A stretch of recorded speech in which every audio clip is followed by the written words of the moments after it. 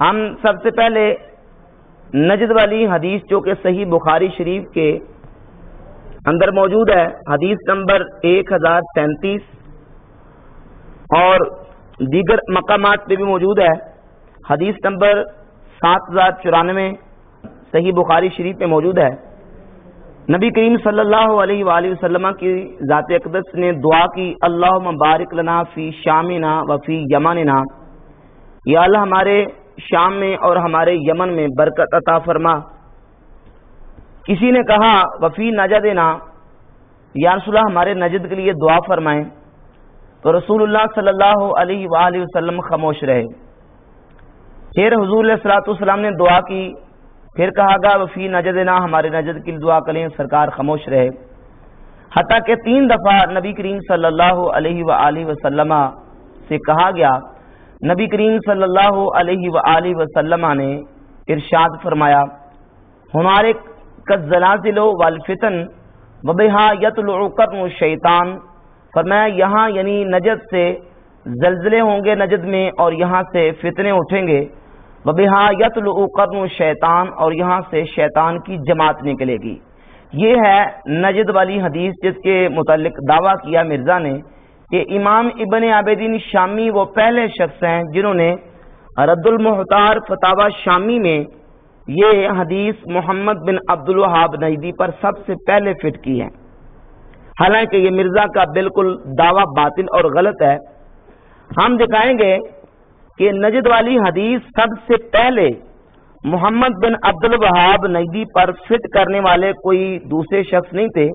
بلکہ محمد بن عبد الوہاب نجدی کے بڑے بھائی شیخ محمد سلیمان بن عبد الوہاب تھے، جنہوں نے اپنی کتاب الصواعق الالہیہ فی رد علی الوہابیہ کے صفحہ نمبر 115 پہ یہی جو نجد والی حدیث ہے اس کو محمد بن عبد الوہاب نجدی اپنے بھائی کے عقائد کا رد کرتے ہوئے صفحہ نمبر 115 اور 16 پہ اپنے بھائی محمد بن عبد الوہاب نجدی پر فٹ کی ہے، اور اس کو تنبیہ کی ہے کہ تو اپنے عقائد و نظریات سے باز آ جا۔ کہتا تمہارے مذہب کے بطلان میں ایک دلیل یہ بھی ہے کہ جو صحیحین میں بروایت سیدنا ابو ہریرہ رضی اللہ تعالیٰ عنہ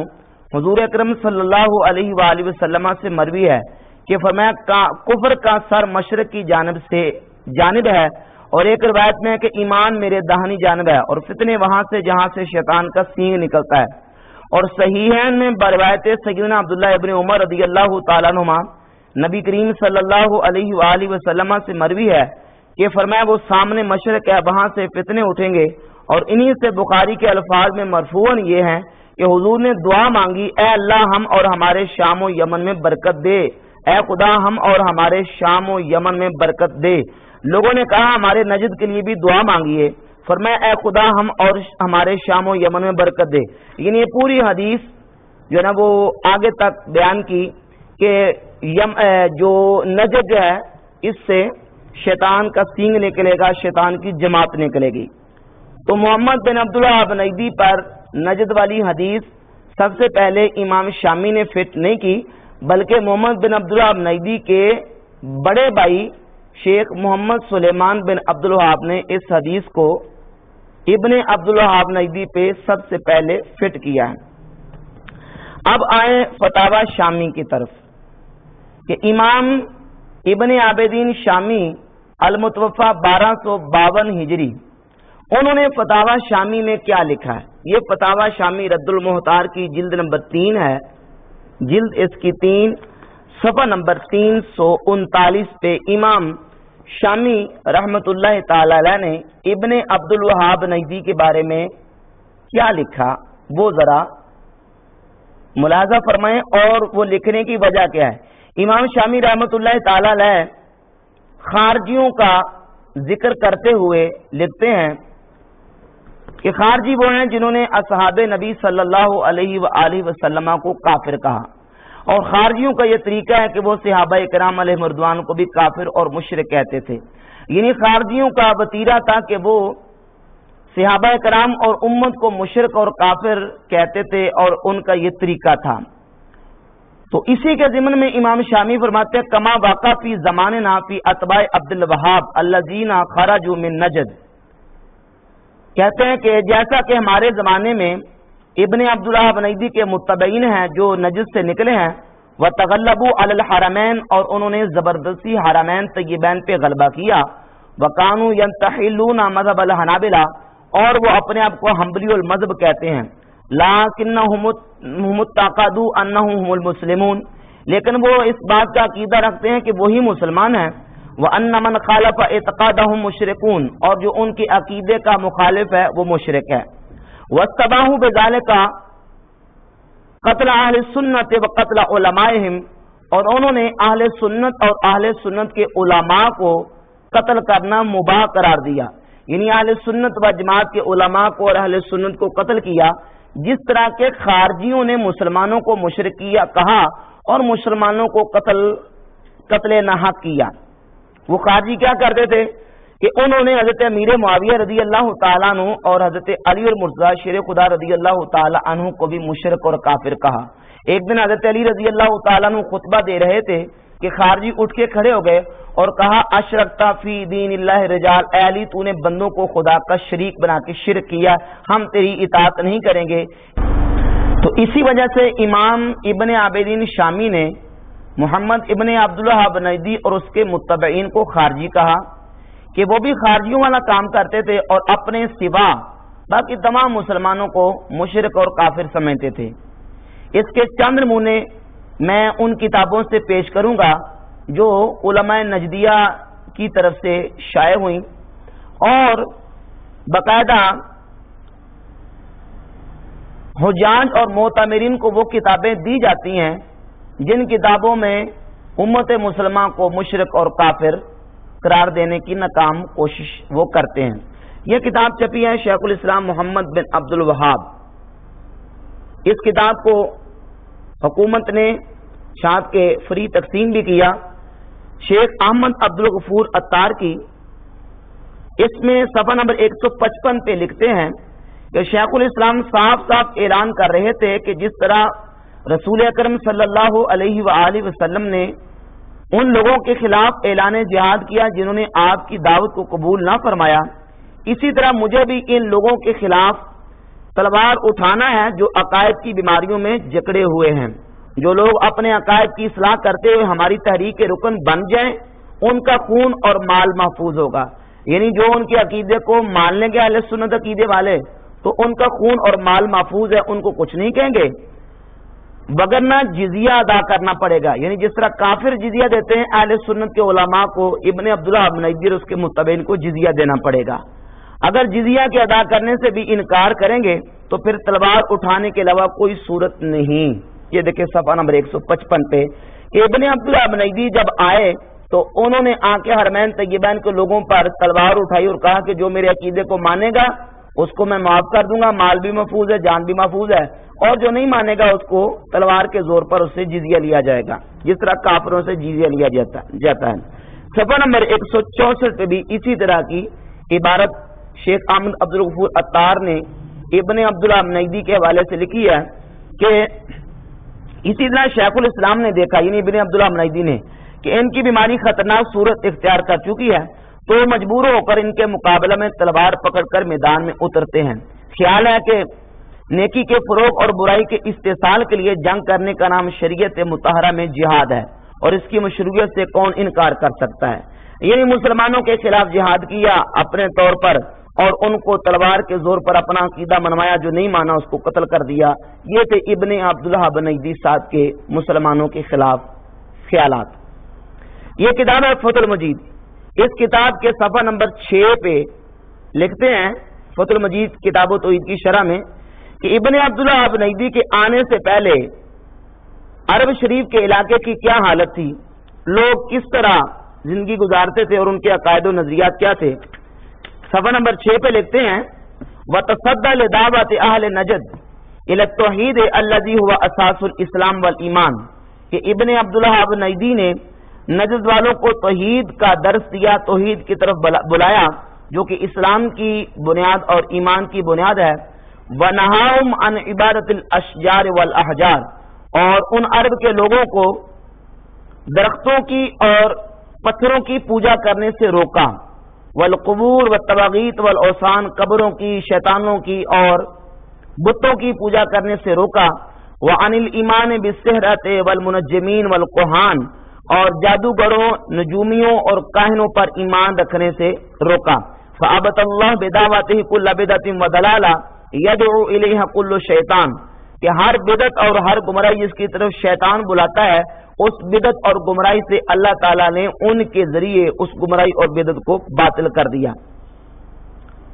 وَأَقَامَ اللَّهُ بِهِ عَلَمَ الْجِهَادِ، اور اللہ نے ابن عبدالوہاب نجدی کے ذریعے جہاد کا پرچم بلند کیا، وَدَحَضَ بِهِ شُبْهَ الْمُعَارِضِينَ مِنْ أَهْلِ الشِّرْكِ وَالْإِنَادِ، اور اہل شرک کے شبہات کو دور کر دیا۔ یعنی محمد بن عبدالوہاب نجدی کے آنے سے پہلے عرب شریف کے لوگ بتوں کی عبادت کرتے تھے، نبیوں کی اور پتھروں کی اور درختوں کی عبادت کرتے تھے۔ یہ ان کا عقیدہ ہے مسلمانوں کے بارے میں، اور اسی عقیدے کو بیان کرتے اثر الدعوت السلفیہ، یہ مدینہ یونیورسٹی کے استاد ہیں شیخ حمود بن احمد الرحیلی، اس کتاب کے صفحہ نمبر 23 پر ابن عبدالوہاب نجدی کے حوالے سے لکھتے ہیں کہ جب محمد بن عبدالوہاب نجدی عرب شریف میں اپنی دعوت کو لے کر اٹھے تو اس وقت عرب شریف کی حالت کیا تھی؟ لکھتے ہیں نشأ الامام العلامہ والداعیۃ المجدد شیخ الاسلام محمد بن عبدالوہاب بن سلیمان التمیمی فی القرن الثانی عشر، محمد بن عبدالوہاب نجدی 12ویں صدی میں آئے، فی زمان، ایسے زمانے میں اشتدت فیہ غربت الاسلام، جس میں اسلام بالکل اجنبی اور غریب ہو چکا تھا، وغلب علی اہل الجہل والبدع والخرافات وعبادت الانبیاء والصالحین والاشجار والاحجار، یعنی لوگوں میں اس وقت بدعتیں رائج تھیں، لوگ اس وقت نبیوں کی، صالحین کی، پتھروں کی اور درختوں کی پوجا اور عبادت کرتے تھے، اور ابن عبدالوہاب نجدی نے آ کے لوگوں کو نبیوں کی، صالحین کی، بتوں کی، پتھروں کی اور درختوں کی پوجا کرنے سے روکا۔ اسی کتاب کے صفحہ نمبر 24 پہ اور 26 پہ اسی مضمون کی عبارتیں موجود ہیں۔ لکھتے ہیں کہ وَأَنْتَ تَرَى نَجْدًا، یہ ابن عبدالوہاب نجدی محمد بن سعود کو تنبیہ کر رہے ہیں، انت ترى نجدا واقطارها اطبقت على الشرك والجهل والفرقہ، کہ تو دیکھتا ہے کہ نجد اور اس وقت پوری دنیا جو ہے وہ شرک اور جہالت اور فرقے بازی میں مبتلا ہے۔ اور اسی کتاب کے صفحہ 26 پر لکھا وَكَانَ أَهْلُ الدَّرْعِيَّةِ فِي غَايَةِ الْجَهَالَةِ وَقَدْ بَقَوْا فِي مَا بَقَوْا فِيهِ مِنَ الشِّرْكِ الْأَكْبَرِ وَالْأَصْغَرِ، کہ اس وقت نجد اور درعیہ جو ہے وہ شرک اصغر اور شرک اکبر میں مبتلا ہے۔ یعنی مسلمانوں کو شرک میں مبتلا سمجھنا یہ ابن عبدالوہاب نجدی اور اس کے متبعین کا کام تھا اور طریقہ تھا۔ یہ ایک اور کتاب ہے وہابی تحریک، لکھنے والے ڈاکٹر محمد خلیل ہراس، اس کتاب کی آخری ٹائٹل پیج پہ وہابی تحریک کا تعارف کرواتے ہوئے شیخ ڈاکٹر محمد خلیل ہراس، یہ تارک اکیڈمی فیصل آباد سے خالد سیف کے ترجمے سے کتاب چھپی ہے، لکھتے ہیں 12ویں صدی ہجری کے آغاز میں جب سرزمین حرم شرک کی آلودگیوں سے داغدار ہو گئی، کتاب و سنت کی جگہ خرافات اور رسوم جاہلیہ نے لے لی، ایک اللہ کی جگہ سینکڑوں معبود بنا لیے گئے، بیرونی استعمار کی 10 درازیاں کعبۃ اللہ اور حرم نبوی صلی اللہ علیہ وسلم تک دراز ہو گئی تھی، جبکہ توحید خالق اور پیغام محمد صلی اللہ علیہ وآلہ وسلم کے پاسبان غربت و ناتوانی کی زندگی بسر کرنے پر مجبور ہو چکے تھے۔ اسی دور ظلم و استبدار میں سرزمین نجد سے ایک چشمہ پھوٹا، عینیہ کے ایک علمی گھرانے کے شیخ عبدالوہاب کے نومولود بیٹے کا نام محمد رکھ دیا گیا۔ یہی محمد بن عبدالوہاب قولوا لا الہ الا اللہ تفلحوا کی صدائے حیات بخش کے منادی بنے۔ اسی امام وقت کی نصرت و تائید کا تاج قدرت الہی نے مؤسس خاندان سعودیہ امیر محمد بن سعود کے سر پر رکھ دیا۔ دنیا کو توحید کا بھولا ہوا سبق یاد دلانے کا یہ عہد و پیمان اس عظیم انقلاب کی بنیاد بنا جس نے کتاب و سنت کے چراغ روشن کیے، مسلمانوں کے عقائد و اخلاق کی اصلاح کی اور جزیرۃ العرب کے علاوہ پوری اسلامی دنیا میں دعوت اللہ کی داغ بیل ڈالی۔ اسی مقدس کارواں کا نام وہابی تحریک ہے۔ یعنی سرزمین حرم شرک کی آلودگیوں سے داغدار ہو چکی تھی۔ یعنی ابن عبدالوہاب نجدی کے آنے سے پہلے مسلمان شرک اور کفر میں مبتلا تھے، تو مسلمانوں کو کافر اور مشرک کہنے میں یہ اتنے جری اور بے باک تھے کہ یہ کتاب ہے شرک اور اس کے وسائل۔ ایک دوسرا نمونہ بھی ملاحظہ فرمائیں، اسی کتاب کے صفحہ نمبر 46 پہ لکھا ہے کہ غرض جو کچھ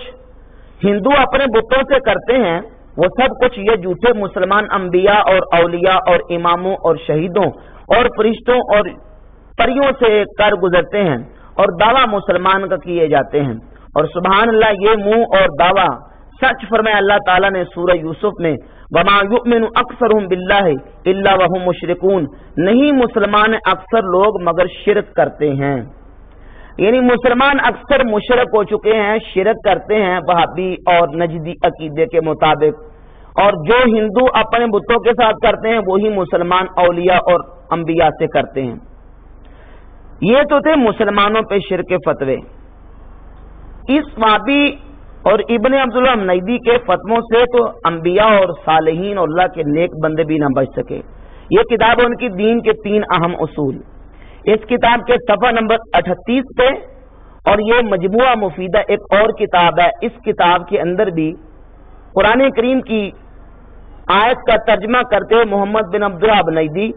اور اس کے متبعین ترجمہ کیا کرتے ہیں۔ یہ کتاب اس کا صفحہ نمبر 39 ہے۔ وَثِيَابَكَ فَطَهِّرْ، اس کا صاف معنی یہ ہے کہ اے نبی اپنے کپڑوں کو پاک رکھیے، لیکن نجدی فکر والے اس کا ترجمہ کیا کرتے ہیں وَثِيَابَكَ فَطَهِّرْ، کہ اللہ تعالیٰ نے اپنے نبی صلی اللہ علیہ وسلم کو حکم دیا کہ اپنے اعمال کو شرک سے پاک کیجیے، یعنی ان کے عقیدے کے مطابق تو نبی صلی اللہ علیہ وآلہ وسلم کی ذات اقدس بھی معاذ اللہ شرک میں ملوث تھے، اور ان کے اعمال شرک سے ملوث تھے۔ تو کہا کہ نبی صلی اللہ علیہ وسلم اس حالت میں کتنے دن تک رہے؟ کہا 10 سال تک، یعنی نبی صلی اللہ علیہ وسلم کے اعمال شرک میں 10 سال تک مبتلا رہے، ملوث رہے، العیاذ باللہ تعالی۔ یہ ابن عبداللہ نیدی کی کتاب ہے کتاب التوحید۔ اس کتاب کے صفحہ نمبر 361 پہ حضرت آدم علیہ السلام اور حضرت حوا رضی اللہ تعالی عنہ کے بارے میں ابن عبداللہ نیدی نے لکھا ہے کہ شیطان نے ان کو کہا کہ اپنے بیٹے کا نام عبد الحارث رکھو۔ آدم علیہ السلام اور حضرت حوا رضی اللہ تعالیٰ عنہ نے اپنے بیٹے کا نام عبد الحارث رکھ کر شیطان کی اتباع کی اور شرک فی الاطاعت کا ارتکاب کیا، یعنی اس عقیدے کے مطابق آدم علیہ السلام بھی مشرک، اور اس عقیدے کے مطابق اللہ کے نبی صلی اللہ علیہ وآلہ وسلم کے اعمال بھی معاذ اللہ 10 سال تک شرک میں ملوث اور مبتلا رہے۔ یہ تقویۃ الایمان ہے، اس کتاب کو سعودی گورنمنٹ نے شائع کیا ہے۔ اس کتاب کے خطبہ میں بھی اس میں دیر بھی لکھتے ہیں، پہلا باب، اول سننا چاہیے کہ شرک لوگوں میں بہت پھیل رہا ہے اور اصل توحید نایاب ہے،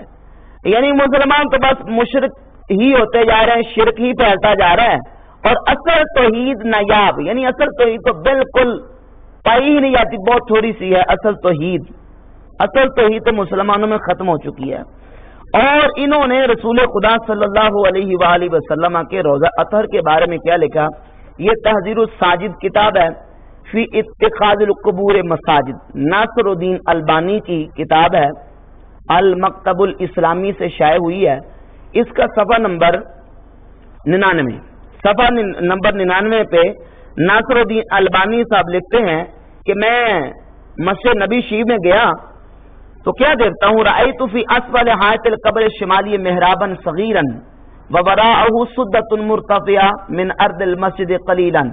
میں نے رسول اللہ صلی اللہ علیہ وسلم کے روضہ اطہر حضور کی قبر کی شمالی جانب دیکھا، ایک چھوٹا سا محراب بنایا جس کو اصحاب صفا کا چبوترا کہتے ہیں، ایک وہاں سے زمین کا تھوڑا سا حصہ اٹھا ہوا ہے، اشارۃ الی ان ھذا مکان خاص للصلاۃ وراء القبر، یہ اشارہ ہے کہ یہ ایک خاص مکان ہے قبر شریف کے پیچھے، حضور کے روضہ اطہر کے پیچھے نماز پڑھنے کے لیے۔ اب اس عقیدے کے بارے میں ناصر الدین البانی صاحب لکھتے ہیں، فعجبت، میں بڑا متعجب ہوا، حینئذ اس وقت، کیف ظلت ھذہ الظاہرۃ الوثنیہ قائمۃ حتی فی عہد دولت التوحید، کہتا ہے توحید کے ملک میں یہ ظاہر بت پرستی دیکھ کر میں بڑا متعجب ہوا کہ مسلمانوں کے اور اہل توحید کے ملک میں یہ بت پرستی کیوں ہو رہی ہے۔ رسول اللہ صلی اللہ علیہ وآلہ وسلم کے قبر شریف کے پیچھے جو اصحاب صفا کا چبوترا جہاں لوگ برکت کے لیے نماز پڑھتے وہاں نماز پڑھنے کو ظاہر بت پرستی کا ہے. یہ جامع الفرید، اس میں قاضی شوکانی کی کتاب چھپی ہے شرح الصدور. شرح الصدور کے حاشیے میں رسول اللہ صلی اللہ علیہ وآلہ وسلم کی قبر پاک کے بارے میں حاشیے میں لکھا ہے کہ فالقبر المعظم المقدس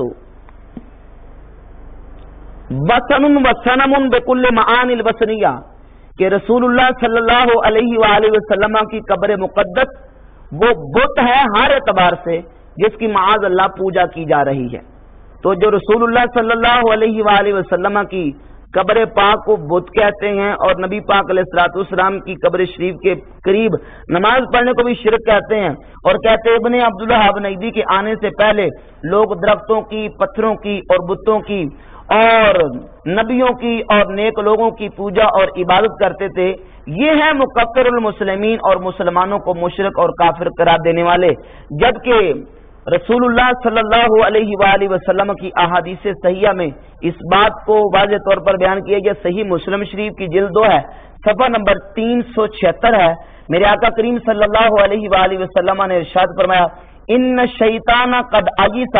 ان یعبدہ المصلون فی جزیرۃ العرب. شیطان اس بات سے نا امید ہو چکا ہے کہ جزیرہ عرب کے لوگ اس کی عبادت کریں. یعنی جزیرہ عرب میں شیطان کی عبادت بتوں کی، پتھروں کی، درختوں کی عبادت نہیں ہو سکتی. جبکہ اس وہابی اور نجدی عقیدے کے مطابق اس وقت کے مسلمان جو ہے وہ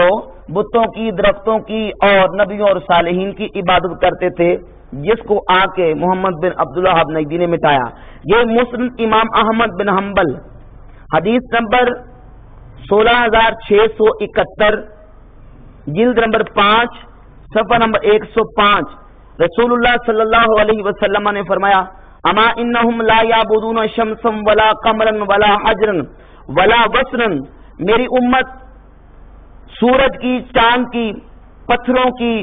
اور بتوں کی پوجا نہیں کرے گی. ولیکن یراؤون باعمالہم، وہ اعمال میں ریاکاری تو کر سکتے ہیں لیکن بتوں کی، سورج کی، درختوں کی اور چاند کی، پتھروں کی امت مصطفیٰ علیہ صاحب الصلوۃ والسلام پوجا نہیں کر سکتے. تو امام ابن عابدین شامی رحمۃ اللہ تعالی علیہ نے محمد بن عبدالوہاب نیدی کو اور اس کے متبعین کو جو خارجیوں کی فہرست میں داخل کیا ہے تو اس کی وجہ یہی ہے کہ جس طرح خارجی مکفر المسلمین تھے، مسلمانوں کو مشرک اور کافر کہتے تھے، حتیٰ کہ حضرت علی اور حضرت امیر معاویہ اور صحابہ کرام کو کافر اور مشرک کہتے تھے، ایسے ہی ابن عبدالوہاب نیدی اور اس کے متبعین اس وقت بھی اور آج بھی اپنے علاوہ تمام مسلمانوں کو شرک میں گرفتار سمجھتے ہیں، ان کو عقیدہ توحید پر ثابت نہیں مانتے. اسی لیے امام شامی رحمۃ اللہ علیہ نے ابن عبدالوہاب نیدی کو خارجیوں میں اور اس کے متبعین کو خارجیوں میں شامل کیا ہے.